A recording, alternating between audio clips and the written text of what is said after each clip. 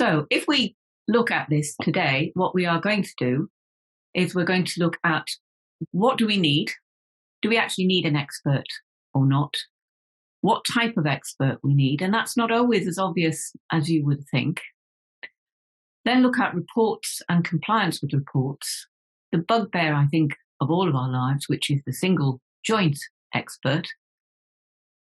When we have separate experts, those joint discussions, which are so fundamental to how we run our cases. And then, of course, we have to look at the inevitable, the consequence that goes on at the end, which is preparation and trial.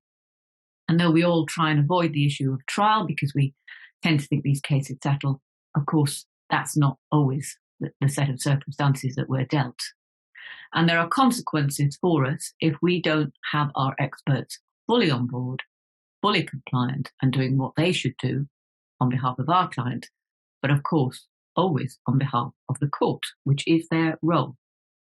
So when we're looking at this, we are saying we need to choose the expert. What is the issue that we want to have addressed?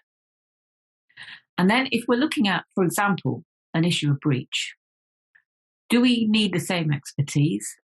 And what sort of expertise do we need? And that might sound obvious, but of course, if you're dealing with clinical negligence, you are dealing with a myriad of experts that are now all sorts of different fields. So, for example, we now have trauma surgeons who work in emergency departments doing procedures in the emergency department, which was unheard of a few years ago. We have neuroradiologists. Well, everybody knows what a neuroradiologist is.